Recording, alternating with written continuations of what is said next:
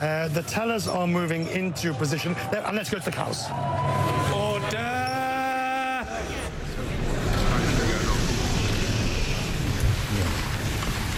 The ayes to the right, 85, and the noes to the left, 334.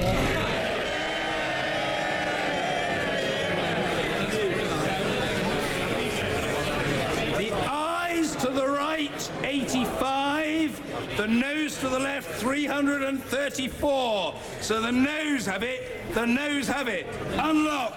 Order. No, not now. We'll deal with point of order later. We now come to Amendment I. Mr. Hilary Benn to move the amendment formally.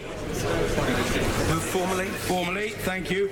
I now call Lucy Powell to move formally her amendment to Amendment I. Move formally. Thank you. The question is that the amendment to Amendment I be made. As many as are that opinion say aye. Aye. Of the contrary, no. No. Division. Clear the lobby.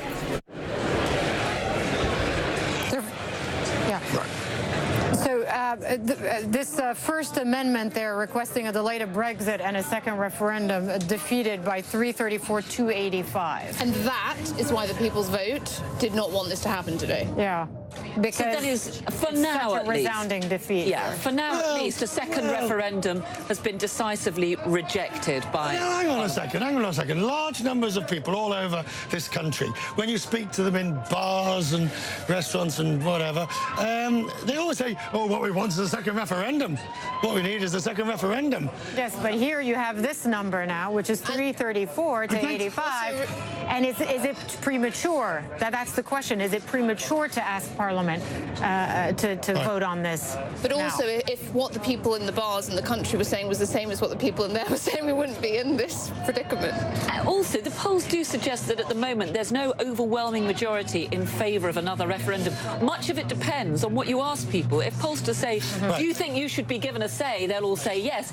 If people say, should the government rerun a referendum that was won 3 years ago in 2016, then you get a different result. All right. They're voting on... They're voting on an extremely complicated amendment to an amendment, which pretty much tells you all you need to know about it.